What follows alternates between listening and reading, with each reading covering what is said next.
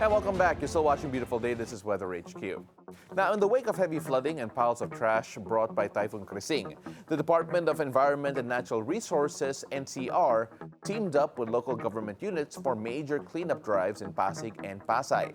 To tell us more about the scale of these efforts, what's next, and how communities can take part, we're joined by DENR NCR Regional Executive Director, Attorney Michael Matias. Magandang umaga, Attorney. Thank you so much for joining us on Beautiful Day.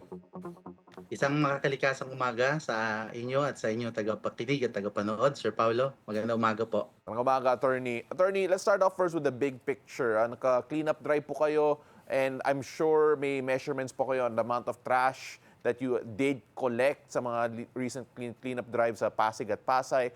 What numbers are we looking at in terms of yung scale po nito? Sir, in terms of what we've collected dito sa San Agustin area, it is a joint effort with the local government unit and our May offices. We were able to collect almost 1 ton of trash dito sa area na ito sa San Agustin alone. This is somehow related to the recent typhoon na dumaan dito sa atin, yung Krising. And of course, when we take a look at yung waste po na nakuha po natin sa mga waterways natin, again, around 1 ton of waste collected, what are the most common items that we ended up finding? Normally, sir, ito po yung mga residual plastics po natin. May sachets tayo dito and yung mga PET bottles are still there and different kinds of plastics. Yung plastic labo nandito rin. And also, aside from that, meron tayong yung mga putol na puno, yung mga branches, and other waste, even yung mga used, to some extent nga, minsan meron pa tayong mga used appliances, and sofas, yung mga sofas and in extreme cases, mga furnitures din. Wait, sorry, So sir. these are the types of waste na nakokolekta natin. Sir, nakahanap kayo ng sopa sa waterway? Hello, sir. Medyo Sir, nawawala po. you were able to find a sofa po in the waterways po natin? Tama po ba? Yes, sir, but not in this particular case. In other areas, when we do clean up, ito po yung mga nakikita natin. And meron po tayong, nabanggit ko po kanina, yung appliances, like for example, yung refrigerators. Tinatanggal lang po nila yung casing na bakal and yung mga styro sa loob. Ito po yung mga nakikita natin ng mga floating po dito sa ating mga waterways when we do regular cleanups po. So what does that say po about yung state ng solid waste management po natin, especially when it comes to appliances and furniture? Well, apart from the fact that malaking problema pa rin yung mga single-use plastics at PET bottles, what are the biggest challenges sa solid waste management na hindi pa na-address when it comes to yung mga, well, at least as we see in the cleanup drives? Yes, sir.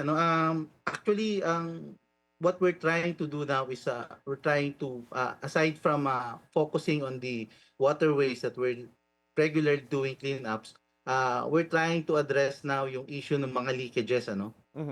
We're trying to extend yung effort natin outside the boundaries of these waterways. Like yung ating pong mga Estero Rangers as well as yung mga river warriors po natin, and together with the local government units, we're working on educating po itong mga communities para ma-prevent po yung leakages and for them to have access for the waste to be disposed of properly. Kasi ang reality po is if they do not have that much access po sa pag-dispose po properly ng basura, they end up just throwing it dito po sa ating mga waterways. So kasama po sa campaign po natin ang pakikipag-usap po sa komunidad and regularly monitoring if the policies of the local government units are actually enforced po sa community para po ma-lessen po yung mga leakages ng mga solid waste po na napupunta sa ating mga waterways. Sir, how often do you need to do yung cleanups po? Because it feels like minsan kapag may cleanup, siguro wala pang, I don't know how long, how much time needed before kailangan mag-clean up ulit. Actually, sir, yung partnership po natin with the local government units of Metro Manila, 16 cities and 1 municipality, meron po tayong deployment na 1,411 estero rangers Mhm. all over National Capital Region. And they're doing cleanups po every day. So sila po yung mga katuwang natin sa paglilinis po ng mga waterways natin. If you will observe, previously, waste end up po normally sa Manila Bay. Mhm. Yung ang objective po natin is that ito pong mga waste na to or solid waste should not end up po sa bay. So as early as dito sa upstream natin, midstream, may mga estero rangers na po tayo, and together with the local government units, we're doing regular cleanups po. Mhm. Sir, do we have enough Estero Rangers? You mentioned over 1,000 Estero Rangers to be able to manage. But as we mentioned a while ago, napakarami pong municipalities, LGUs that actually do need help when it comes to that here in the NCR in particular. Do we have enough Estero Rangers to keep yung mga creeks natin, mga streams clean? Um, to be honest, Sir Paulo, hindi po siya enough, ano? As we've mentioned, even with the number of sacks, for example, of solid waste that we've collected for this year alone, totaling to 877,000 sacks, or more or less 28 million kilograms of waste Mhm. collected from January to June alone. Medyo kulang pa rin. But hindi lang gaya po na nabanggit natin kanina, we're not only focusing on doing cleanups but also educating to prevent leakages. Mhm. Para po makapag-establish po tayo ng program and trajectory as to how we will be able to lessen drastically the waste po ending up dito po sa ating mga waterways. Well, apart from yung Estero Rangers and education, if I'm not mistaken, you're also using different technology po to not just help with the cleanup but also improve yung water quality. If I'm not mistaken, gamit na po kayo ng mga bokashi balls. I'm not familiar po with yung bokashi balls. Ako personally hearing it for the first time. What are yung bokashi balls ito and what can they do for yung water quality po dito? Bokashi ball po are some of the remedies or the things that we're doing po para ma-improve yung water quality. Ito po ay normally composed of organic material, Mhm. rice hulls, nandiyan po yung effective microorganism, soil, para po pag pumunta na siya sa tubig, it decomposes yung mga sludges po sa ilalim po ng ating river, ano. So Mm. malaki po ang tulong niya, especially in areas na medyo stagnant po yung flow ng ating tubig. So nakaka-improve po siya na talaga ng water quality. How quickly does it But affect yung water po in yes sir. general? Opo. Yes. Sir, attorney, Yes. how quickly does it affect yung water quality in terms of getting results?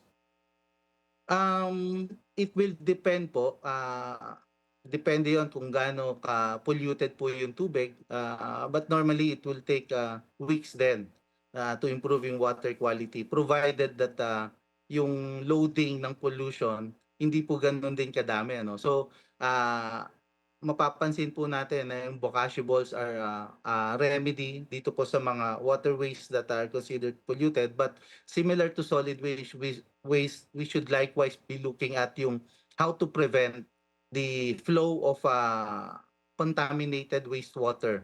So we really need the help of the local government units in the implementation of their septage management program.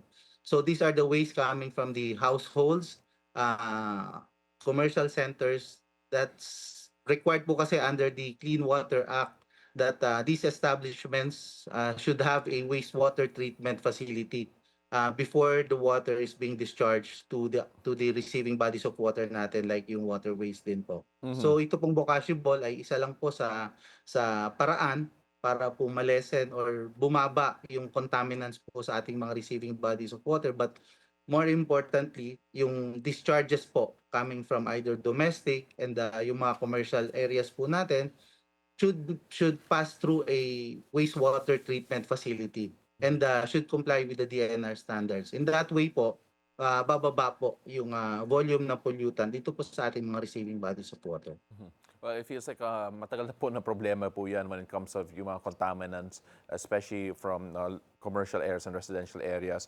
But of course, all of your efforts, I'm sure, do tie up to yung long-term Manila Bay rehabilitation program po natin. When we take a look at the efforts to try and make sure na yung basura po natin does not end up in Manila Bay, just how important is this effort po in ensuring that Manila Bay does have a fighting chance in terms of yung rehab program po niya?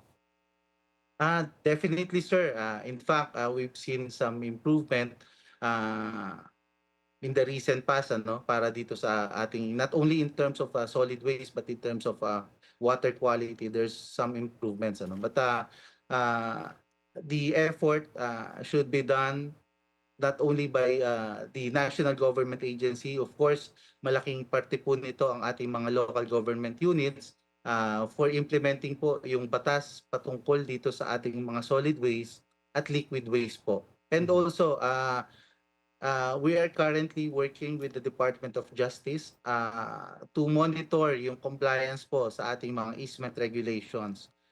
Isa rin po itong napakalaking bagay sa pagtulong sa pag-improve ng water quality, because if we maintain the 3-meter easement po dito po sa National Capital Region, which is a highly urbanized area, malilesen po talaga yung discharges po ng either solid waste or liquid waste po. Mhm. Well, of course, nagiging issue yung flooding po ulit, especially dahil tag-ulan na we've seen it in the last habagat na flooding did become an issue in different parts of Metro Manila.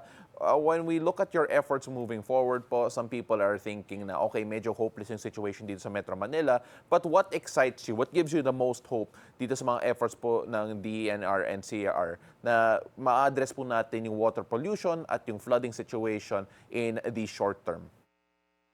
Actually, sir, just to give you an update, marami pong pag-uusap na nagaganap po, ano, between the national government agencies, ano, para ang effort po natin and programs would be aligned Mhm. and focus on these areas. So, katulad ng DPWH, MMDA, DNR, and even the DILG and the local government units are working together po. And yung programs and projects align po para sa pag-address po ng problema natin. In terms of liquid waste, MWSS together with the concessionaires are working on connecting all those discharges coming from domestic and commercial areas to be treated para po masigurado po natin na malilesen po yung pollution na bumababa po dito sa ating pong katubigan. I hope the collaborations do bear fruit very soon from all the government agencies and of course yung concessionaires and the private bodies that are involved. Maraming salamat, Attorney Michael Matias, the Regional Executive Director of DENR NCR. Thank you so much for your insights and hopefully you have a great day, sir. Thank you. Maraming salamat po.